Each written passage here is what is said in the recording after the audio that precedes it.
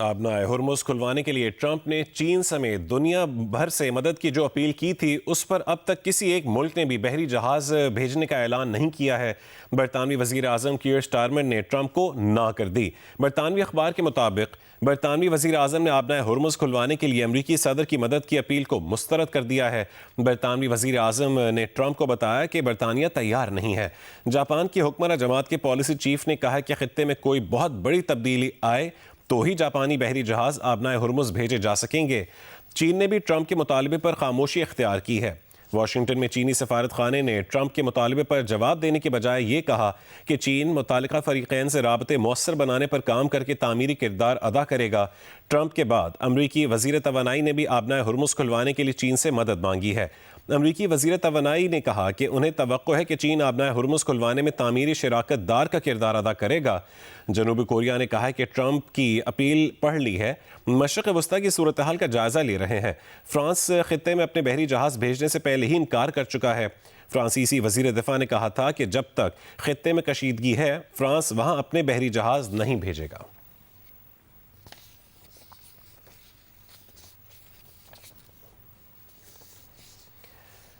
और अमरीकी सदर डोनाल्ड ट्रंप ने कहा है कि ईरान से बात कर रहे हैं, लेकिन नहीं लगता कि वो तैयार है। दौरान परवाज गुफ्तगू करते हुए अमरीकी सदर का कहना था कि आबनाए हुर्मुज़ से मुतालिक 7 ममालिक से गुफ्तगू कर रहे हैं, उनसे आबनाए हुर्मुज़ की हिफाजत में मदद का मुतालबा करते हैं। इसराइल आबनाए हुर्मुज़ को महफूज बनाने के लिए अमरीका के साथ काम कर रहा है। ट्रंप की नेटो ममालिक को भी धमकी। बरतानवी अखबार के मुताबिक ट्रंप ने खबरदार किया है कि अगर नेटो ने आबनाए हुर्मुज़ खुलवाने में मदद ना की तो नेटो का मुस्तकबिल बहुत बुरा होगा। ये भी कहा है कि रवा महीने के आखिर में चीन के सदर से तयशुदा मुलाकात भी ताख़ीर का शिकार हो सकती है। ये सिर्फ उसी वक्त मुनासिब लगती है जब आबनाए हुर्मुज़ से मुस्तफ़ीद होने वाले यकीनी बनाने में मदद करें कि वहाँ कुछ बुरा वाक़या ना हो। ट्रंप ने हफ्ते के रोज़ आबनाए हुर्मुज़ खोलने के लिए चीन समेत दुनिया भर से मदद तलब की थी और उम्मीद जाहिर की थी कि चीन के साथ साथ फ्रांस, जापान, जनूबी कोरिया, बरतानिया और दीगर मुल्क भी अपने जंगी बहरी जहाज़ आबनाए हुर्मुज़ भेजेंगे। और दूसरी जानिब पासदारान इनकलाब के तर्जुमान ने कहा है कि ट्रंप ने तो कहा था कि अमेरिका ने ईरानी बहरिया तबाह कर दी है। अगर ऐसा ही है तो फिर हिम्मत करें और खलीज फ़ारिस में अमरीकी बहरिया भेज दें। तर्जुमान पासदारान इनकलाब जनरल अली मोहम्मद ने कहा है कि अभी तक ईरान वो मिसाइल इस्तेमाल कर रहा है जो उसने 10 साल पहले तैयार किए थे। अभी ईरान ने वो मिसाइल इस्तेमाल ही नहीं किए जो उसने जून 2025 के बाद तैयार किए थे।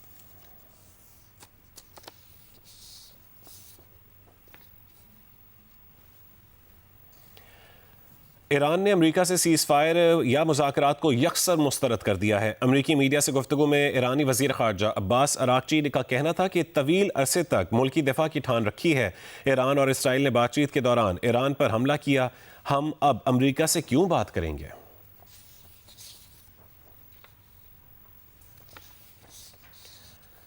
फ्रांस के सदर इमैनुअल मैक्रोन ने कहा है कि उन्होंने ईरानी सदर मसूद पेज़ेश्कियान से टेलीफोन पर गुफ्तगू में खित्ते में जारी हमलों को फौरी तौर पर रोकने का मुतालबा किया है। सोशल मीडिया पर जारी बयान में फ्रांसीसी सदर का कहना था कि ईरानी सदर पर जोर दिया कि खित्ते के ममालिक पर बराह रास्त या प्रॉक्सी के जरिए हमले फौरी बंद करे, जिनमें लेबनान और इराक में कार्रवाइयाँ भी शामिल हैं। उन्होंने कहा है कि फ्रांस सिर्फ दिफाई हिकमत अमली के तहत अपने मफादात, इलाकाई शराकतदारों और फ्रीडम ऑफ नेविगेशन की आज़ादी के तहफ़्फ़ुज़ के लिए इक़दाम कर रहा है और फ्रांस को निशाना बनाना नाकाबिल कबूल है। फ्रांसीसी सदर के मुताबिक मौजूदा कशीदगी पूरे खित्ते को इंतशार की तरफ धकेल रही है, जिसके असरात बरसों तक महसूस किए जाएंगे और उसकी कीमत ईरान समेत खित्ते के अवाम अदा कर रहे हैं। मैक्रोन ने कहा कि खित्ते में अमन के लिए नया सियासी और सिक्योरिटी फ्रेमवर्क ज़रूरी है जो यकीनी बनाए कि ईरान जौहरी हथियार हासिल नहीं करेगा और उसके बैलिस्टिक मिसाइल प्रोग्राम समेत इलाकाई सरगर्मियों से पैदा होने वाले खतरात का भी हल निकाला जाए। उन्होंने ईरानी सदर से गुफ्तगू में आबनाए हुर्मुज़ में फ्रीडम ऑफ नेविगेशन को जल्द बहाल करने पर जोर दिया।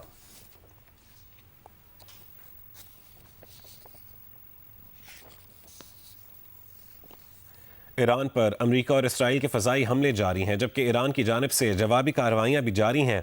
अरब मीडिया के मुताबिक तेहरान, हमदान और इस्फहान समेत कई शहरों को निशाना बनाया गया और तेहरान में चंद घंटों कबल भी शदीद धमाकों और नए हमलों की इत्तलात मौसूल हुई।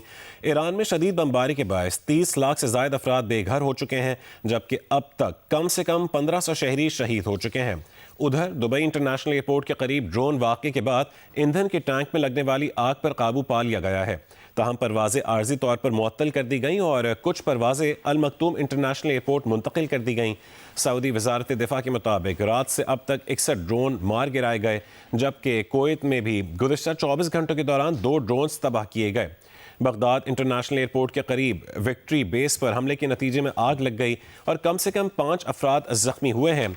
सऊदी अरब में ईरानी सफ़ीर अली रज़ा इनायती ने रास तनोरा ऑयल रिफाइनरी और शैबा ऑयल फील्ड पर ड्रोन हमलों में ईरान के मुलव्वस होने की तरदीद की है।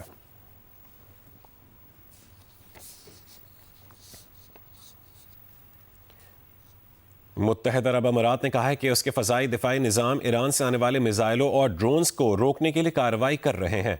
UAE की वजारत दिफा के मुताबिक फ़ज़ाई दिफाई निज़ाम इस वक्त ईरानी मिज़ाइल और ड्रोन ख़तरात का मुकाबला कर रहे हैं।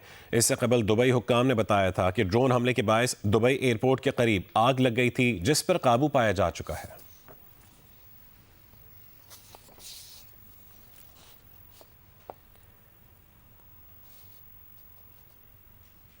दुबई इंटरनेशनल एयरपोर्ट से आने और जाने वाली परवाज़ें बतदरीज बहाल होना शुरू हो गई हैं। दुबई सिविल एविएशन के मुताबिक दुबई एयरपोर्ट के करीब ड्रोन हमले के बायस परवाज़ें आर्जी तौर पर मुअत्तल कर दी गई थीं। मुसाफिर परवाज़ों से मुतालिक अपडेट्स के लिए अपनी एयरलाइन से राबता करें। पाकिस्तान से दुबई की मज़ीद 53 परवाज़ें मुतासिर हैं। फ़्लाइट ऑपरेशन के मुताबिक आज पाकिस्तान भर से दुबई समेत मशरिक़ वस्ता की 100 परवाज़ें मनसूख हुई हैं। कराची से 10, इस्लामाबाद से 12, लाहौर से 12 परवाज़ें गैर यकीनी हैं। मुल्तान से 7, फैसलाबाद से 4, पेशावर से दुबई की 2, सियालकोट से 4 और कोयटा से 2 परवाज़ों का दुबई ऑपरेशन गैर यकीनी है।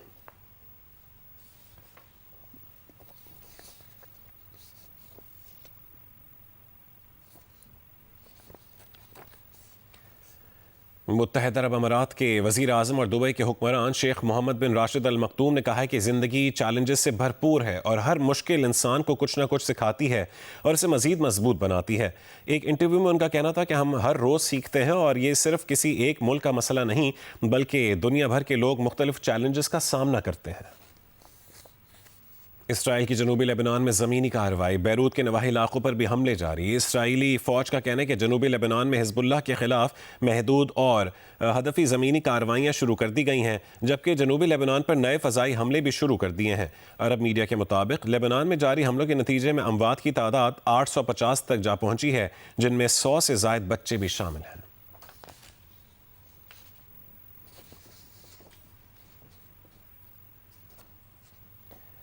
अमाराती सदर मोहम्मद बिन जायद अल नहयान और सऊदी वली अहद मोहम्मद बिन सलमान के दरमियान टेलीफोनिक राबता हुआ है। खित्ते की सूरत हाल पर गुफ्तगू की गई। दोनों रहनुमाओं ने ईरानी हमलों को अरब खुद मुख्तारी और बैनुल अक़वामी क़वानीन की खिलाफ वर्जी करार दिया है। फ़ौजी कशीदगी फौरी तौर पर रोकने का भी मुतालबा किया। मसाइल के हल के लिए संजीदा मुकालमे और सिफारती ज़राए को तरजीह देने पर भी जोर दिया गया।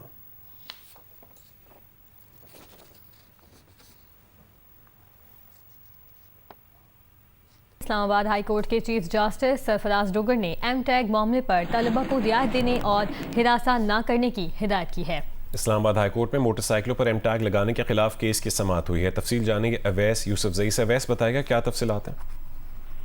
जी देखिए, इस्लामाबाद हाई कोर्ट ने इस्लामाबाद में दाखिले के लिए मोटरसाइकिलों पर एम-टैग को लाजिम करार देने के खिलाफ केस की समाअत की है और उसमें इंतजामिया को हिदायत की है कि तालिब इल्मों को रिलीज किया जाए और उन्हें हरासा ना किया जाए।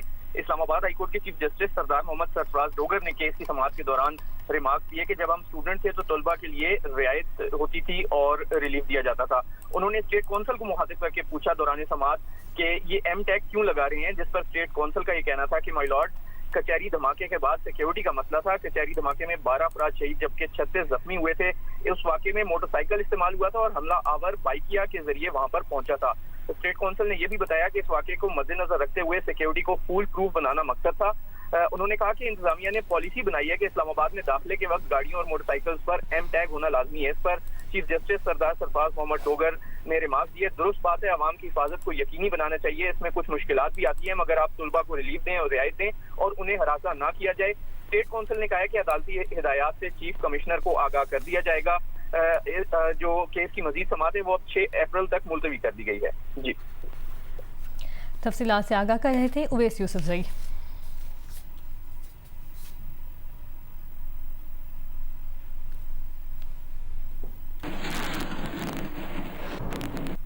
लाहौर का मौसम इंतहाई खुशगवार हो गया है। महकमा मौसमियात का कहना है कि आइंदा आने वाले दिनों में मौसम कदरे बेहतर रहेगा, जबकि आज मजीद बारिश का भी इम्कान है। मजीद तफसील बता रही हैं हफ्सा उस्मान। जो बिल्कुल लाहौर का मौसम इंतहाई खुशगवार हो चुका है। गुज़श्ता रोज़ भी तेज़ हवाएं थी और बारिश भी हुई, कई इलाकों में जो है वो ज़्यादा बारिश भी हुई। मौसम बहुत खुशगवार हो गया है लाहौर का। इस वक्त भी आसमान पर गहरे स्याह बादल हैं और सूरज और बादलों के दरमियान भी जो है वो आँख मचोली का सिलसिला जारी है। इस वक्त जो दर्जा हरारत वो तकरीबन 19 डिग्री सेंटीग्रेड रिकॉर्ड किया गया है, जबकि हवाएं जो हैं वो तकरीबन 14 किलोमीटर फी घंटा की रफ्तार से चल रही हैं। रोज़ेदारों के जो रोज़े हैं वो बहुत ज़्यादा ठंडे हो गए हैं और खुश भी हैं रोज़ेदार कि मौसम अच्छा हो चुका है। महकमा मौसमियात से भी हमारी बात हुई, उनका यही कहना है कि आइंदा आने वाले चंद दिन इसी तरह से ठंडे रहेंगे, खुशगवार रहेंगे, मौसम इसी तरह से ठंडा रहेगा, बेहतर हो जाएगा। और आइंदा आने वाले दिनों में और आज भी जो है वो महकमा मौसमियात का कहना है कि बारिश मुतवक्के है। बारिश के साथ साथ तेज़ हवाएं भी चलती रहेंगी। जी, पेशावर में मतला जुज़वी तौर पर अबर आलूद है, धूप निकली हुई है, हल्की हवाएं भी चल रही हैं। गुज़श्ता रोज़ होने वाली बारिश के बायस मौसम खुशगवार हो गया है। तफसील बताएंगी अरूबा इब्राहिम। जी, पेशावर में गुज़िश्ता रोज होने वाली बारिश के बाद से मौसम काफी खुशगवार हो गया है। दर्जे हरारत में भी कमी वाक़ई हुई है। इस वक्त मतला जुज़वी तौर पर अबर आलूद है, सूरज और बादलों के दरमियान आंख मचोली का सिलसिला जारी है। हल्की हल्की हवाएं भी चल रही है। महकमा मौसमियात के मुताबिक आज कम से कम दर्जे हरारत 9 डिग्री सेंटीग्रेड रिकॉर्ड किया गया है। आज दर्जे हरारत 28 डिग्री सेंटीग्रेड तक बढ़ने का इम्कान है। हवा में नमी का तनासुब 85% रिकॉर्ड किया गया है। महकमा मौसमियात के मुताबिक गुज़िश्ता 24 घंटों के दौरान सबसे ज्यादा बारिश बालाकोट में 18 मिलीमीटर रिकॉर्ड की गई है, काकूल में 17 और कालाम में 13 मिलीमीटर बारिश रिकॉर्ड की गई है। इसके साथ साथ कालाम में 1 इंच बर्फबारी भी रिकॉर्ड की गई है। पेशावर एयरपोर्ट एरिया में 7 मिलीमीटर और पेशावर सिटी में 5 मिलीमीटर बारिश रिकॉर्ड की गई है। महकमा मौसमियात का कहना है कि पेशावर समेत खैबर पख्तूनख्वा के बेशतर मैदानी अजला में कल शाम से मजीद बारिश का इम्कान है, जबकि बालाई अजला में आज से ही मजीद बारिशों की पेशगोई की गई है। पहाड़ों पर बर्फबारी की पेशगोई भी की गई है। महकमा मौसमियात का कहना है कि बारिशों का जो ये सिलसिला है ये वक्फे से ईद तक जारी रहने का इम्कान है। जी, हाफिजाबाद और मज़ाफ़ात में रात से वक्फे से बारिश जारी है, जिससे तमाम नशेबी इलाकों में पानी जमा हो गया। गैपको के कई फीडर्स ट्रिप कर जाने से मुतादिद इलाकों में बिजली की फराहमी भी मअतल है। मजीद बता रहे हैं जियो न्यूज़ के नुमाइंदे सैयद मोहम्मद जमीर। जी, हाफिजाबाद उसके तमाम मज़ाफ़ाती इलाकों में गुज़श्ता कई घंटों से वक्फे के साथ बारिश का सिलसिला जारी है, जिसकी वजह से यहाँ पर जल थल एक हो गया है। शहर के तमाम नशेबी इलाका जात, जिनमें मोहल्ला रहमताबाद, बिजली मोहल्ला, गढ़ी अवान, हुसैनपुरा, भवलपुरा, जग्गावाला रोड, अलीपुर रोड शामिल हैं। यहाँ पर कई फुट पानी खड़ा हो चुका है, जिसकी वजह से इलाका मकीनों को अपने घरों से बाहर निकलने में शदीद मुश्किलात का सामना करना पड़ रहा है। दूसरी जानब गैपको के कई फीडर्स भी इस वक्फे से जारी रहने वाली बारिश के बायस ट्रिप हो चुके हैं, जिसकी वजह से अक्सर इलाकों में इस वक्त बिजली की सप्लाई मुअत्तल चली आ रही है। गैपको ज़राए का कहना है कि जो ही बारिश थमती है, हमारी टीमें फील्ड में जाकर बिजली बहाली का काम शुरू कर देंगी। जी, रहीम यार खान के चक 125p में दुकान की छत गिरने से 5 खवातीन जाँ बहक हो गईं। DPO का कहना है कि खवातीन बेनज़ीर इनकम सपोर्ट प्रोग्राम की रकम लेने आई थीं। वाक़े में मुतादिद खवातीन ज़ख्मी भी हुई हैं। प्रिंसिपल शेख ज़ैद अस्पताल डॉक्टर सलीम के मुताबिक 30 से ज़ायद खवातीन को अस्पताल लाया गया। ज़िला इंतज़ामिया की जानिब से हंगामी कार्रवाई करते हुए डॉक्टर्स और तिब्बी अमले को तलब कर लिया गया है।